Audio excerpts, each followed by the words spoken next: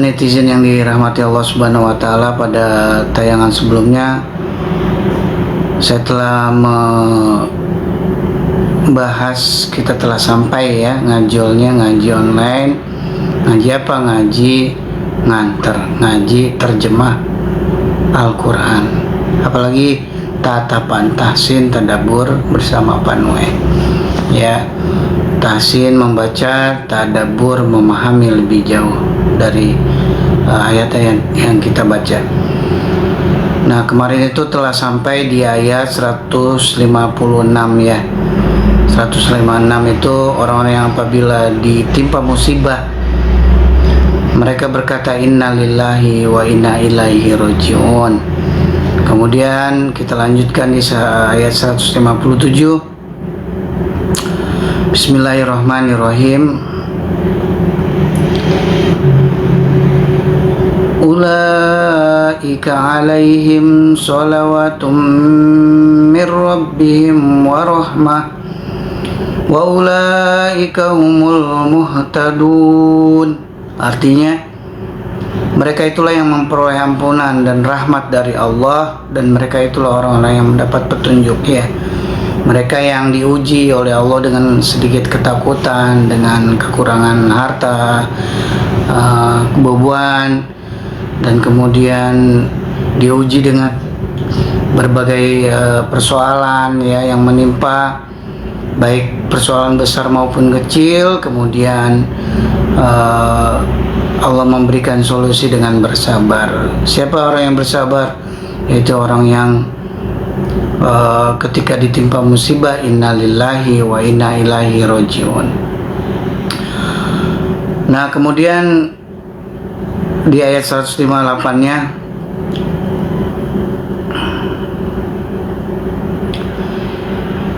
inna safa wal marwata min sya'airillah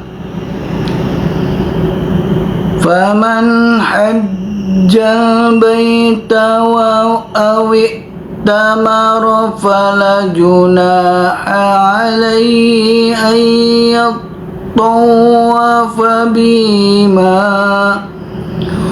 wa man tatawwa'a khairan fa innallaha syakirun alim.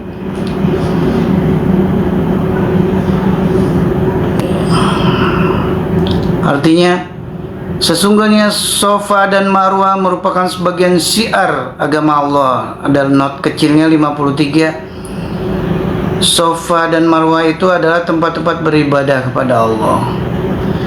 Maka barang siapa beribadah haji ke Baitullah atau berumroh, tidak ada dosa baginya mengerjakan sa'i. Apa itu sa'i? Yaitu berlari-lari kecil antara Safa dan Marwah, yaitu sa'i antara keduanya. Dan barang siapa dengan kerelaan hati mengerjakan kebajikan, maka Allah Maha mensyukuri, Maha mengetahui. Nah, gitu ya. Nah, not kecilnya, berjalan dan berlari-lari kecil 7 kali antara Safa dan Marwah ketika melakukan ibadah haji atau umroh. Allah mengungkapkan dengan perkataan tidak ada dosa, sebab sebagian sahabat merasa keberatan mengerjakan sa'i di situ karena tempat itu bekas tempat berhala, dan pada masa jahiliyah pun tempat itu digunakan sebagai tempat sa'i. Untuk menghilangkan keberatan itu Allah menurunkan ayat ini. Nah, jadi berlari kecil antara Safa dan Marwah itu tidak wajib ya dalam bermuamalah haji ya maupun umroh. Ya boleh dikerjakan, boleh tidak. Ya kalau dikerjakan itu kata Allah akan lebih baik, lebih afdol. Kalaupun tidak mengapa. Ini dia dalilnya di surat Al-Baqarah ayat 158 guys ya. Oke, pada kali ini saya maaf ya tidak menyampa-nyampa, kita langsung saja ke materi ya. Materi kita yaitu Al-Baqarah ayat 157 dan ini ada lagi kelanjutannya di surat berarti dari 157 temanya tadi sebelumnya yaitu cobaan berat dalam menegakkan kebenaran. Nah, 158 itu tentang manasik haji. Ya, cuman satu ayat itu aja, 158. Lalu 159 berubah tema menjadi laknat terhadap orang-orang yang menyembunyikan ayat-ayat Allah dan terhadap orang-orang kafir. Jadi ini laknat ya, siapa-siapa saja yang dilaknat Allah. Nah, bisa kita ketahui di dalam ayat-ayat ini. Di ayat 159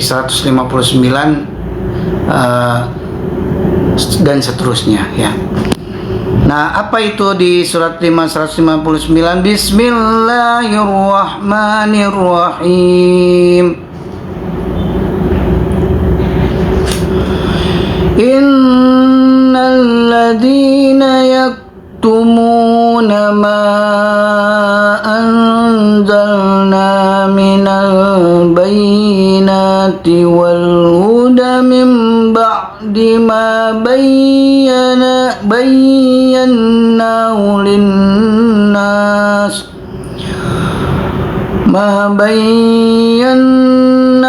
linnasi fil kitabi ulaika yal'anuhumullahu wa yal'anuhumul la'inun. Ya, artinya sungguh orang-orang yang menyembunyikan apa yang telah kami turunkan berupa keterangan dan petunjuk setelah kami jelaskan kepada manusia dalam kitab Al-Quran, mereka itulah yang dilaknat Allah dan dilaknat pula oleh mereka yang melaknat.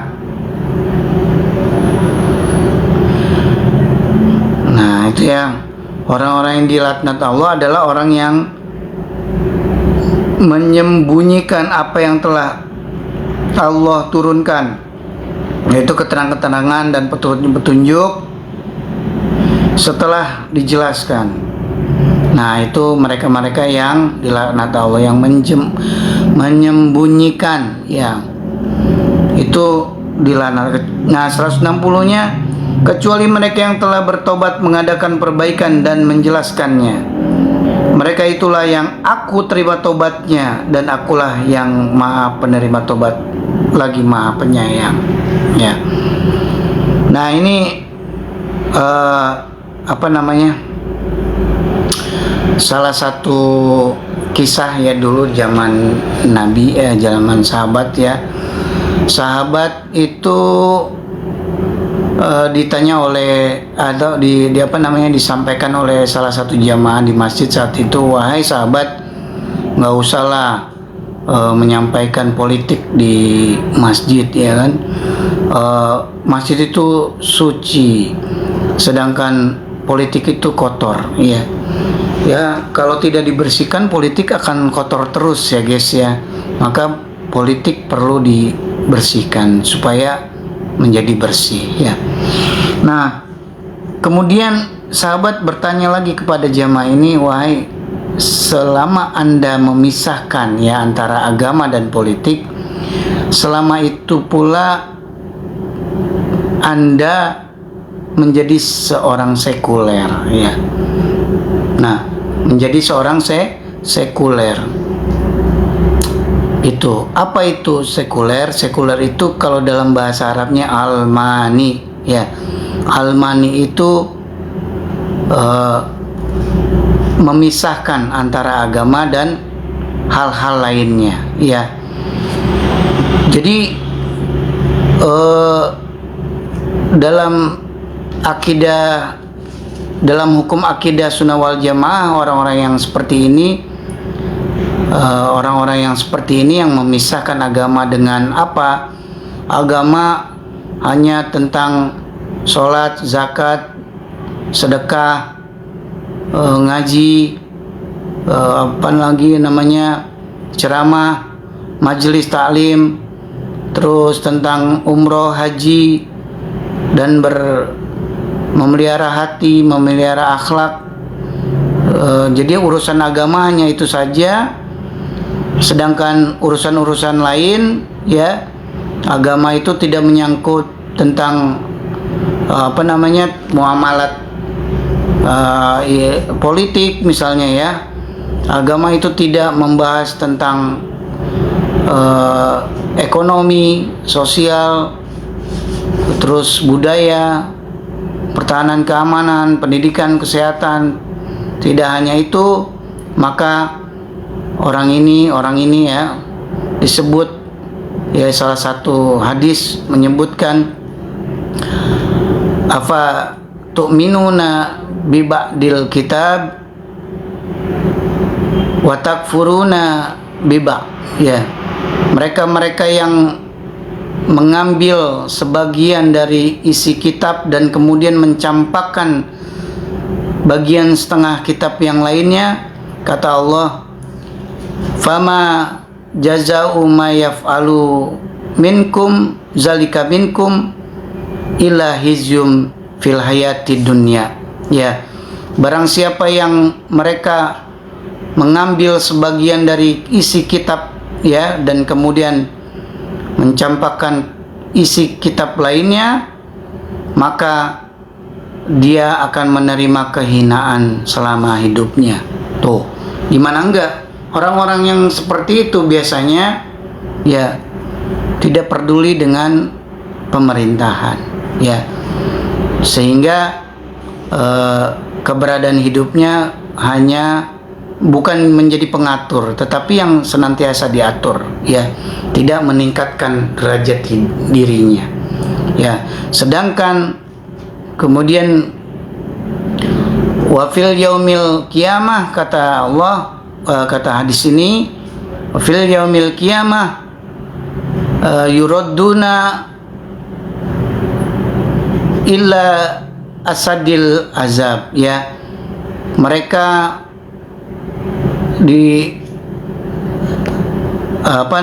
pada saat diwafatkan dalam su'ul khotimah, dan nanti pada saat di yaumil akhir nanti, ya, azablah yang akan menantinya, ya, azab yang pedih yang akan menantinya. Maka jangan seperti itu, jangan mengambil mengambil sebagian kitab, ya, kita membahas kitab Al-Quran hanya tentang sholat, zakat, ya, tentang sedekah. Nah, tidak hanya situ, kita pun harus mengetahui tentang keadaan perpolitikan, keadaan pemerintahan kita, ya, yang saat ini sedang gonjang ganjing. Itu perlu, guys, ya. Kenapa tidak? Ya, kalau kita biarkan saja sektor pertambangan ini dikuasai oleh oligarki dan penguasa zalim, maka kita tidak akan menerima satu imbalan yang sangat menjadi hak kita, ya. Seandainya saja sektor pertambangan ini dikuasai oleh pemerintahan yang sehat, yang adil dan jujur, yang amanah, insya Allah dari satu sektor ini saja, maka seluruh rakyat itu akan menerima sebesar dari hasil faedah, ya, sektor tambang itu sebanyak 20 juta, ya, per kepala selama 1 bulan, iya kan? Di akibat kita abai, kita tidak peduli, ketidakpedulian kita terhadap pemerintahan, keperpolitikan, ya. Dan kemudian kita membedakan itu tadi, ya, agama dengan politik, ya, sehingga akhirnya kita dianiaya, dizolimi, hak kita diambil pun kita santai-santai aja, ya. Padahal kalau kita sadari sumber daya alam Indonesia ini sangatlah kaya, ya, kita dibuat tidak menyadari bahwa kita ini adalah bangsa yang kaya, ya, adalah bangsa yang memiliki sumber daya alam yang luar biasa, ya, Zamrud Katulistiwa. Nah itu guys, ya, ditambah lagi ini dalil ini ya, 159 ini memperkuat. Kata Allah, sungguh orang-orang yang menyembunyikan apa yang telah kami turunkan, tuh kan, berupa keterangan-keterangan petunjuk setelah kami jelaskan kepada manusia dalam kitab Al-Quran, mereka itulah yang dilaknat Allah.